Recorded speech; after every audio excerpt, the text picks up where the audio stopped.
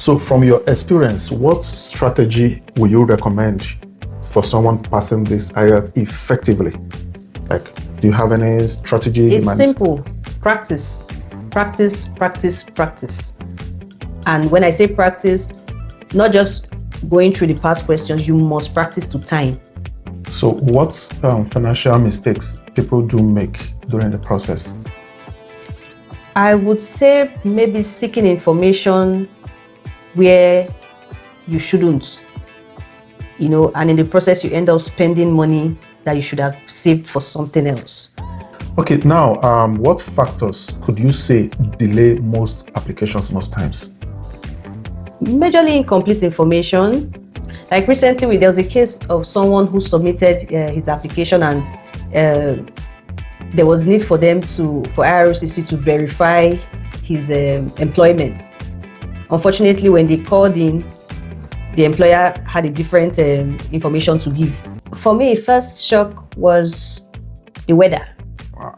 I came in winter. Canada is cold though. I know that I have heard that Canada is cold, very cold, but I did not know how cold until I stepped out of the airport and it hit me. I ran back in. Wow. So that was my first reality. Like, where am I? What have I come for?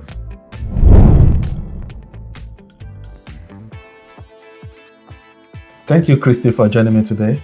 Yeah, my pleasure. All right.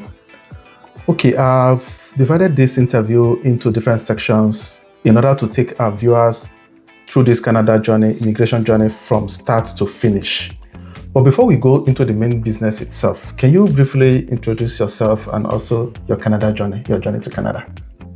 My name is Christie. I migrated to Canada in 2022 and I came in through the Provincial Nominee Program. That's it for now. So I think in the course of the interview, I'll share more of my journey. Okay. So which immigration pathway do you personally use in relocating to Canada? I came in through the Provincial Nominee Program and then to the Express Entry Pool, got my ITA, and then here in Canada. And how long did this process take you from start to finish? Everything took about 18 months for me. Yes, 18 months from start to landing in Canada. Okay, that's about 1.5 years. Yeah. All right, so the next question says, have you helped someone relocate successfully to Canada? And if yes, how? Yes, I've had quite a few people. I have someone coming through the Express Entry route and then another through Provincial Nominee. And simple, it was just giving the step-by-step guide on how I also followed my processed mine, sharing information that I already know, and then, giving tips on those areas that are dynamic because some things change. So being in the know of what has changed and advising, and we've been able to have some persons come in successfully. Yeah.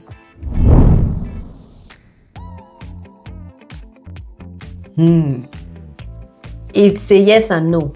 Okay. And I say that because your purpose determines whether it is going to be worth it or not. So what you have in mind before coming in, if you get in here and your expectations are met, yes, it is worth it. But if you come in and those expectations are not met, of course, it's not going to be worth it for such a person. So it is a yes and no. Yeah, now speaking of expectations, what expectations do Nigerians usually have before coming? It's a land of abundance. There's job everywhere, flowing with milk and honey. So there's so much wishful expectation. Not to say that Canada is not good. No, Canada is good. It's a good place to be. But then people come in with so much expectations, and when they are not being met, then depression sets in. Wow. Yeah.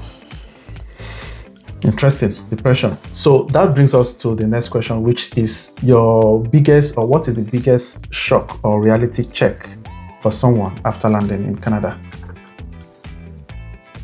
For me, first shock was the weather. Wow. I came in winter. Canada is cold though. I know that I have heard that Canada is cold, very cold, but I did not know how cold until I stepped out of the airport and it hit me. I ran back in. Wow. So that was my first reality. Like, where am I? What have I come for?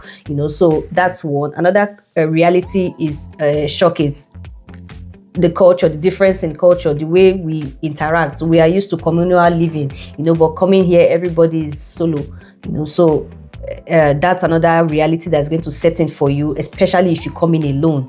I came with my family, so it was kind of easy. I had my family to relate with, but going on the streets, you say hi and the person is just, for some of us, it's not what we are used to. So those cultural shocks, they are real. Thank you very much.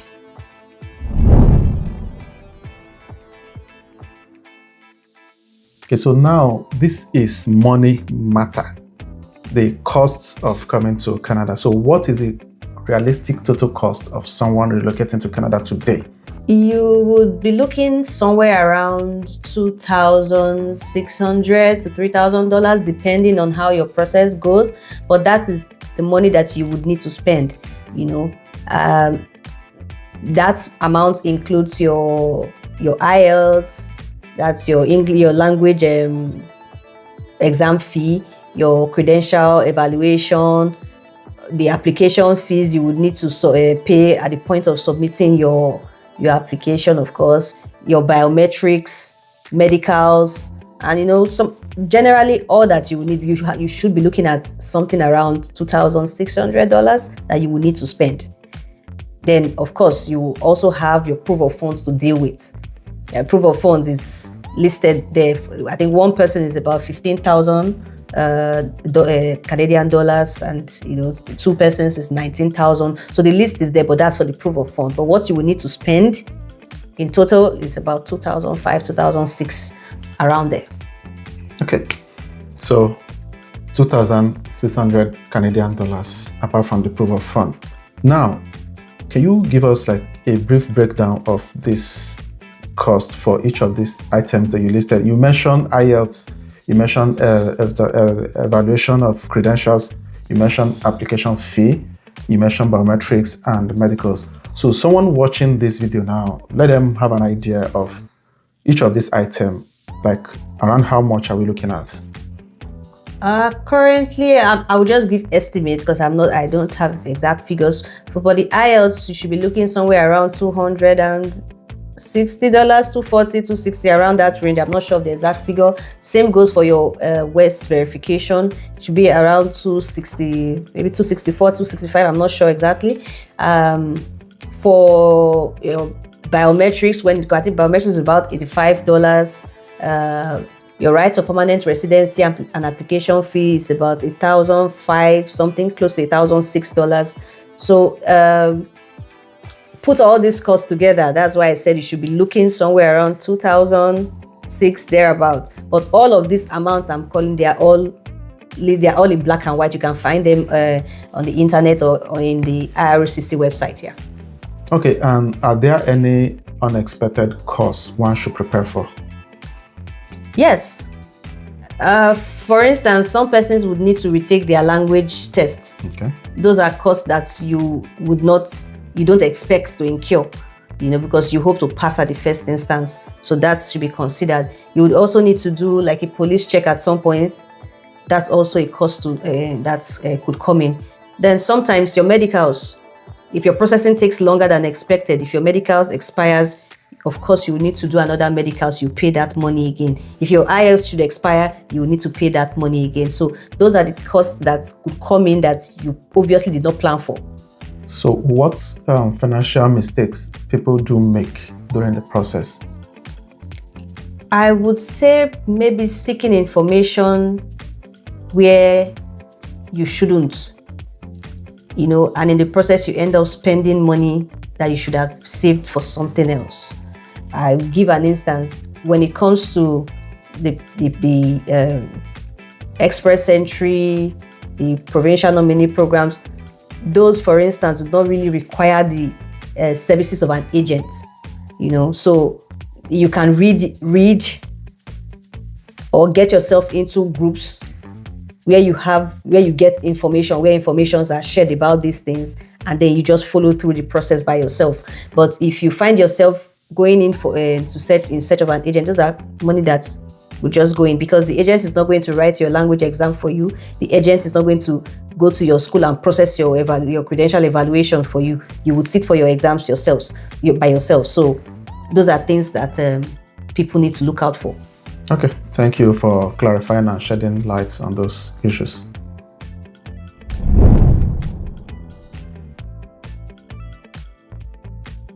The most common pathway, the express entry pool.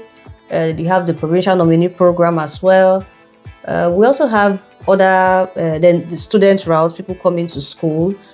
We have the AIP program, that's the Atlantic Immigration Program. There's the one for caregivers. There's also the pathway for medical doctors. You have the rural program. So there are quite a number of routes that Nigerians are exploring now, and I think more are still coming. So it just depends on which one fits you better and which one you feel you'll be more qualified for, that you go for. Okay, so which one do you think is the fastest route currently to come to Canada? Like, assessing all the ones you've mentioned so far, if someone who is planning to come to Canada, what do you think, or which one do you think is the fastest they might want to explore, as Nigerians?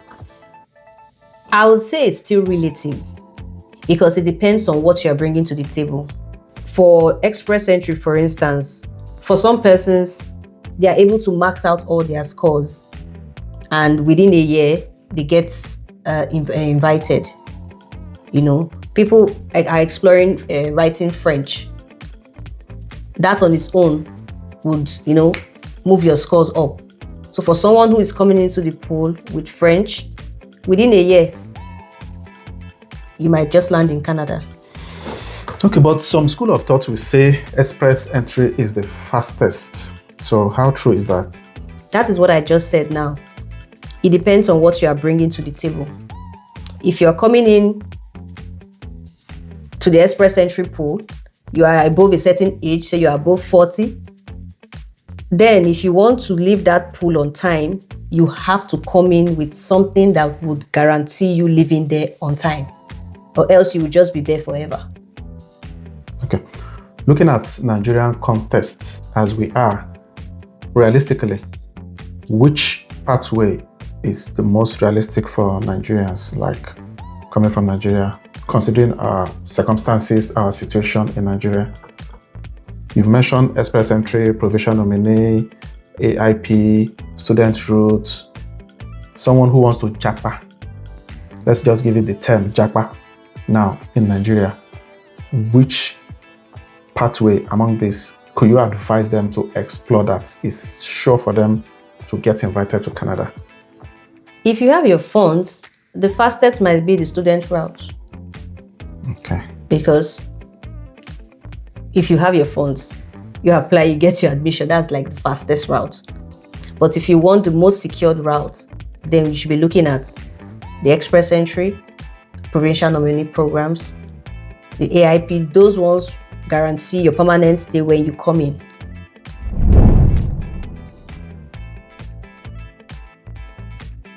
Okay, thank you very much, Christie. We are moving on gradually in this journey.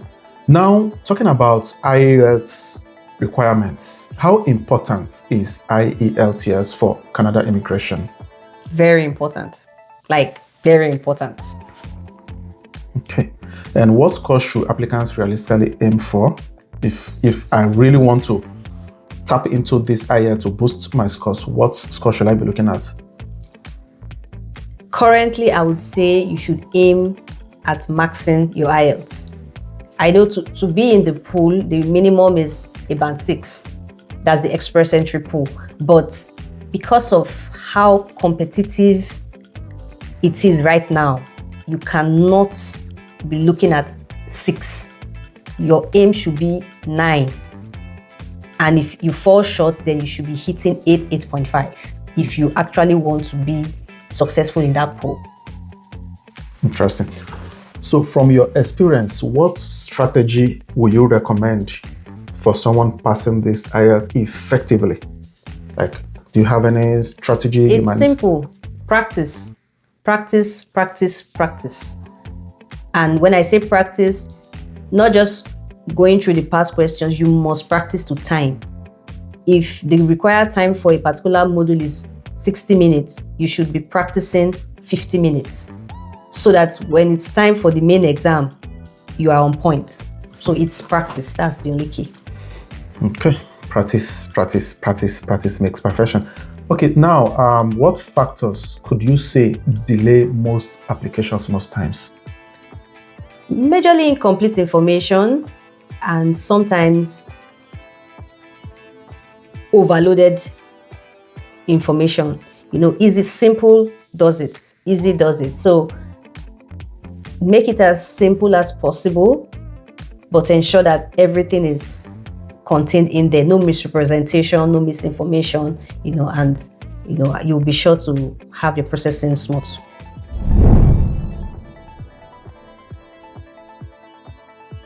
If I'm an applicant, can you briefly walk me through the stages I need to pass through for this process? Maybe I just want to start today. Where should I start from, and where am I going to eventually, kind of journey from start? Okay, so if your target is permanent residency, so the first thing you should do is to get your credentials evaluated. I'm giving you my own opinion. Get your credentials evaluated. And the reason I say that is because most times, because the institution you attended has a way of impacting how fast that process will be. So start with your credential evaluation, and after that, you go in for your language test. Language test coming next because it's valid for 2 years. You don't want to write your exams and then you are pursuing WES. In the course of pursuing WES, if your institution delays, your WES might expire. Your IELTS might expire. So you want to start with your credential evaluation and then your IELTS. Once you have those two, you go into the pool and express your interest. You express your interest in the express entry pool. At the same time, express your interest in any other province that has their portal open for you to apply to. Once you are in the pool, you just have to be patient and wait for the day you will be called. The journey, the Canada journey is a journey of patience. So once you get into the pool, hopefully you get called and then you continue with the application process.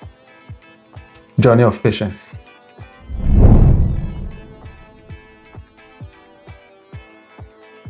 Looking at Nigerian context, what are the mistakes? Because this is like a 2-in-1 bonded question. What are the mistakes that could cause rejection or for an application not to be approved? When you submit your application eventually, you bundled everything, you've done your IELTS, you've submitted your evaluation, and you submitted your application. So what mistakes do you think one can make to get application to be rejected, and also to avoid such? What are they can you clarify? I would say it's misrepresentation. Recently, there was a case of someone who submitted his application and there was need for IRCC to verify his employment. Unfortunately, when they called in, the employer had a different information to give. Wow. So I think there were two cases. I think the first one was that the information was that the person is not a full-time staff. Wow. But the person had indicated that he was full-time. So he got his application sent back to him. I think then the second person was the case of the organization the person presented does not exist. Wow, interesting. That's misinformation. Yeah. So if you are submitting your documents, you must submit information that are verifiable. So and authentic. Yes, they have to be authentic, they have to be verifiable. So basically it's just misrepresentation.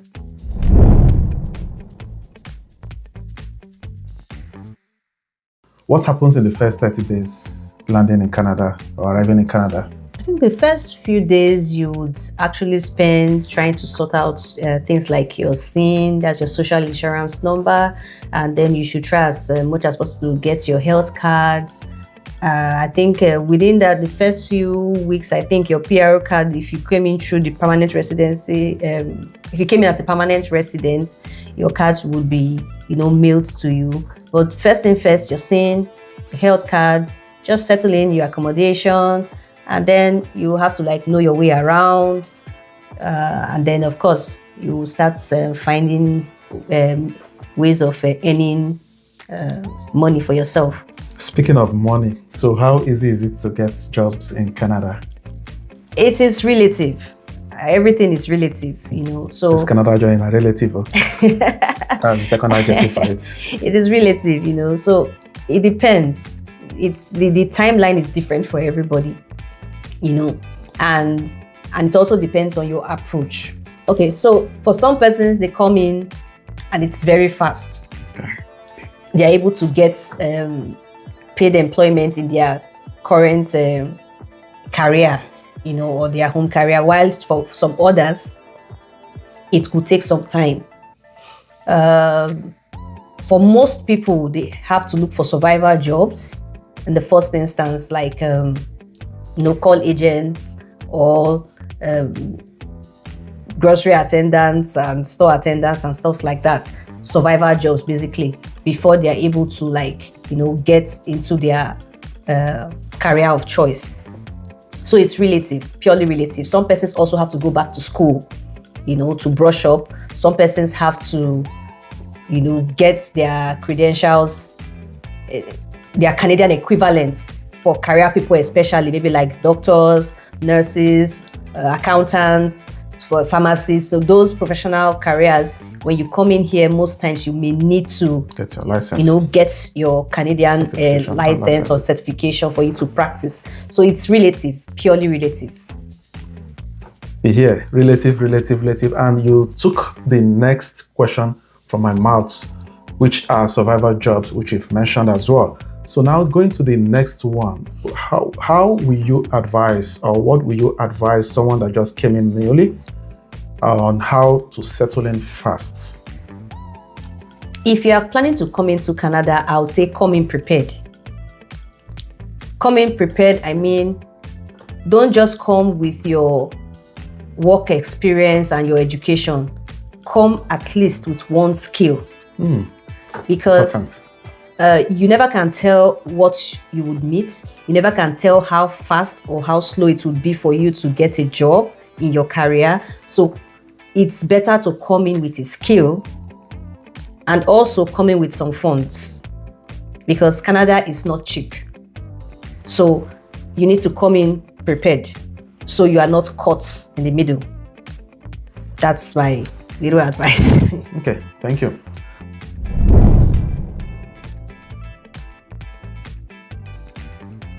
So let's say someone with 10 million Naira, my friend, he wants to come to Canada and currently he has like 10 million Naira. What is the smartest strategy or smartest way you think he can use this 10 million Naira to start this process or the journey of coming to Canada? What areas do you think he can use this money for to start and to continue the process? Well, if you have 10 million Naira, I would say you should take a chunk of that and invest somewhere that your money will grow. Preferably invest in dollars, or so that your money will grow. And then you can take a little amount and start off the process of doing your WES verification and your IELTS. Why I said you should put that money where it can grow is because if you leave that money sitting in your Naira account, inflation is going to hit it and it will lose value. And the truth, just like I said, the process could take a while. The process could take a while, yes, and the fees that you need to pay, they are not smiling. They increase them every year based on current economic situations and all of that. So the fees are increasing, and then you also have to present your proof of funds. Don't forget that. Like I said, proof of fund for one person now is about 15,000. So that's way more than the 10 million. So for someone who has 10 million, your 10 million is not even enough for your proof of funds, So best advice is that take your 10 million, put it in a place where it can grow so that it can, you can guard it against inflation. And then you start your IELTS, your WES, while you wait and save up more. Yeah. Interesting.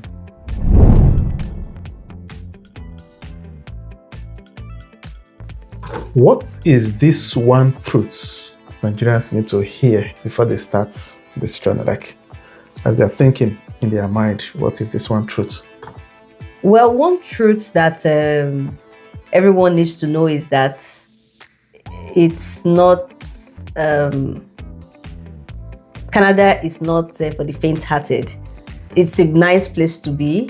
Everyone is welcome, so long as you are qualified to come in. That's fine and perfect. But it's not for the faint-hearted. The struggle is real. The hustle is real. The bills are real. But it's actually a nice place to be. But the hard truth is that it is not for the faint-hearted. Yeah.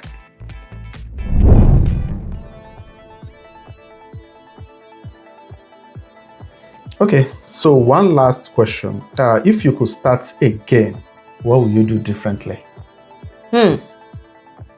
I would have learned more skills, or I would learn more skills. Yes, because in addition to your career, you want to have other things that you would be able to do to earn you some money. And I would say it would have been easier, or it would have been easier for me if I had learned those things back in Nigeria before coming over here. Yes, so if I could change anything, that's what I would change. I would learn more before coming. Interesting. So skills are very important here. Skills like electrical skills, plumbing, farming, hairstylish, hairdressing. They are very, very important here, and they bring in a lot of money. So if you're planning to come to Canada, you should do well learn these skills. Nothing is free in this land. So once you have these skills, you will be able to earn good money in addition to your either 8 to 5 or 9 to 5 job you're doing to support your family and yourself. Thank you, Christie, very much. I appreciate you answering these questions and doing justice to them. Yeah. So to our viewers, this Canada talk cannot be exhausted in one sitting. Otherwise, this video can be up to 5 hours long.